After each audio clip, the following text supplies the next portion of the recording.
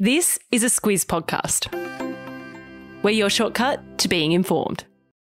Squiz Kids! It's your daily news fix. Fun, free, fresh. Hello and welcome to Squiz Kids Today, your fresh take on what's happening in the world around you. I'm Bryce Corbett. It's Tuesday, October 4. In Squiz Kids Today, Earth-saving asteroid mission.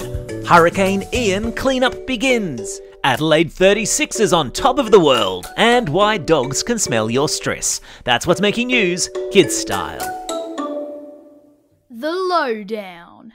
It's the stuff of Hollywood movie legend. The idea that a massive asteroid could be on a collision course with Earth and slam into us. And now, thanks to a bunch of really clever scientists, it's a Hollywood storyline us little old humans might be able to alter by making sure any big rocks from outer space that might be heading our way are pushed out further into space. Last week, while we were all enjoying school holidays, the American Space Agency NASA successfully sent an empty spaceship up into space and crashed it into an asteroid. The idea was to see whether by bumping a spaceship into an asteroid we could change the asteroid's trajectory, which is a fancy way of saying change its direction. So, you know, if you race two Hot Wheel cars directly into one another, you knock both of them in a different direction? It's the same principle. And thanks to some really clever maths calculations and a whole lot of really clever space engineering, NASA successfully crashed a spaceship into an asteroid in a test as part of what's called the DART program. The asteroid in question is not on a collision course with Earth, it's important to say. This was just a test to see if bumping something into an asteroid at speed could make it change direction. Now they have to sit back and monitor the asteroid for the next couple of months to see whether or not the experiment was a success. Amazing. I've stuck a cool video explainer of it all in today's episode notes.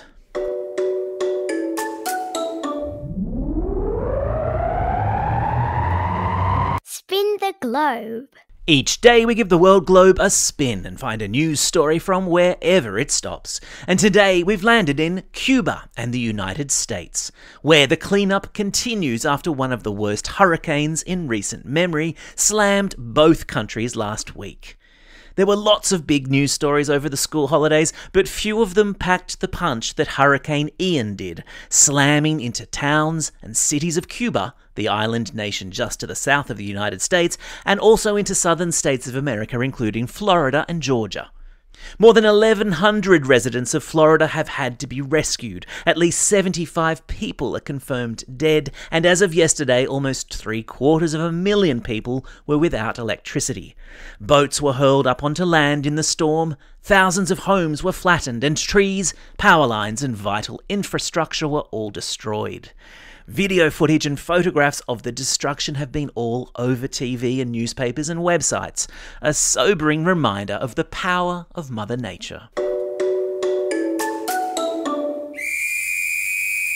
Sport time! Fans of the Adelaide 36ers had plenty to celebrate yesterday after their team stunned the basketball world by beating the Phoenix Suns and becoming the first NBL team to ever beat an NBA team. Okay, first things first. What's the NBL and the NBA? The NBL is Australia's national basketball competition. The NBA is the national basketball comp in the United States, easily the toughest, most skilled competition in the world. So to have a team from Adelaide beat one of the NBA's teams is really something. Which is probably why the 36ers' 10-point win yesterday sent the American media and social media into meltdown. Helped along by Craig Randall's impressive 35 points, the 36ers beat the Suns by 134 points to 124. So, not even that close. For the past few years, Aussie basketball teams have gone to the US for a series of pre-season matchups. But until yesterday, the winning was always done by the Americans. Is there any victory sweeter than an underdog's? Animal Kingdom. Do you ever get the feeling your dog knows when you're sad, or happy, or chilled out, or stressed? Now there's scientific evidence to prove that our four-legged furry friends use their really powerful senses of smell to test whether or not we're stressed. Scientists in Finland tested 20 dogs to see if they could sniff out the smell of stress in their human owners. Because when we're stressed, the human body produces chemicals that create a certain odour.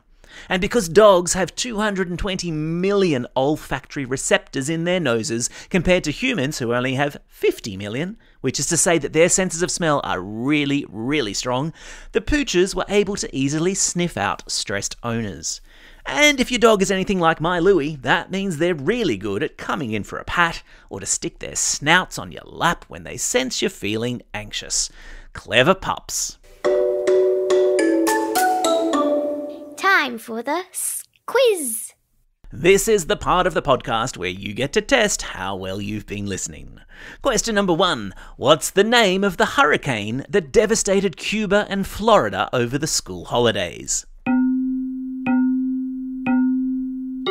Yeah, that's right, it's Hurricane Ian. Question number 2. What outer space object did NASA fly a spaceship into?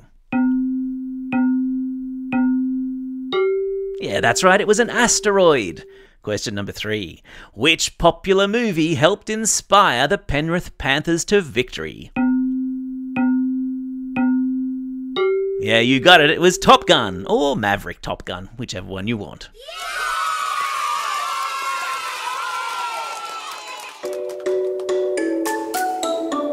Shout-outs. It's October 4. Today is World Animal Day, where we remember the importance of looking after all creatures on Earth.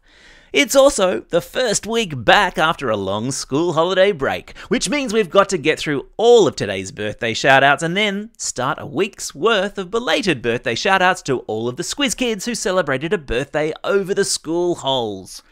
I reckon that means we ought to crack out the old birthday reggae tune for today and the rest of the week. Hit it.